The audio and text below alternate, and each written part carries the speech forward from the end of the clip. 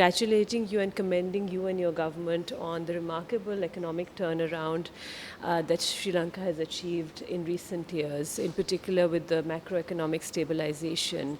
It's quite notable that growth in Sri Lanka came out at 5.1% in the first quarter of 2026 on the back of 2 consecutive years of hitting 5% growth. So the economic recovery has been strong.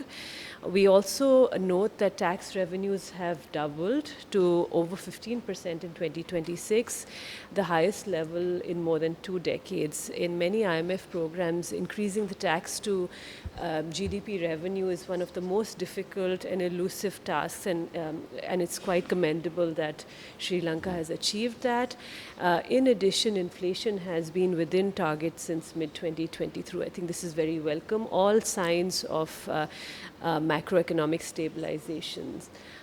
Our view is also that these achievements reflect your strong leadership and steadfast commitment to economic reforms. Coming to the present moment, the global economy is in a very challenging environment with the Middle East war and the uncertainty that has brought, following up on the very devastating cyclone that you faced. So it's a time of repeated shocks.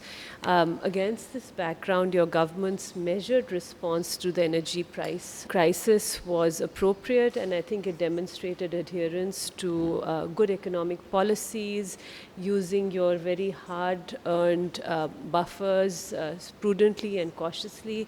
These are very welcome developments, and I think given that the global environment is one where we are facing one shock after the other, it's important to stay the course and sustain the economic reform momentum to strengthen buffers and resilience of the economy. Let me start out by thanking you and your staff for the very good engagement and productive discussions we had this week. So my team and I are here for our staff visit to take stock of recent economic developments and the implementation of your extended fund facility program with the IMF. After completing the combined 5th and 6th review of the EFF late last month, this program has 2 reviews left. We will come back in September for our 7th review, and we will also have the opportunity to do an Article 4 consultation at the same time. An Article 4 consultation, or the work behind the Article 4 consultation, will allow us to take a deeper look into the structural issues of the economy, and we will present to you some analytical work on how to unlock stronger growth, attract foreign investment, and strengthen social safety nets, among other topics. We will also provide recommendations for the review of the central bank inflation target framework, which we have started discussing with the governor. So the priorities for the month ahead are many, and I know we have discussed many of these already, Mr. President, but I want to highlight a few, which I think they're close and dear to your heart. Obviously, we're very pleased to see some good signs of stabilization in recent weeks following the Middle East war.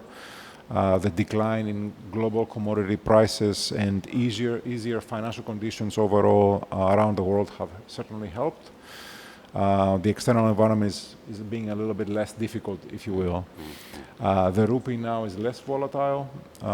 The central bank is rebuilding its reserves, and there are good indications that growth is continuing uninterrupted in the domestic economy. The support you provided in early April with the 100 billion rupee relief package was measured and was timely and helped cushion some of the blows from the external shocks. Mr. President, with respect to the EFF, I want to say at the previous board meeting of the IMF, we had characterized program performance as generally strong, giving acknowledgement to the significant achievements. மேலதிக செய்திகளுக்காக எமது YouTube தளத்தை subscribe செய்யுங்கள்.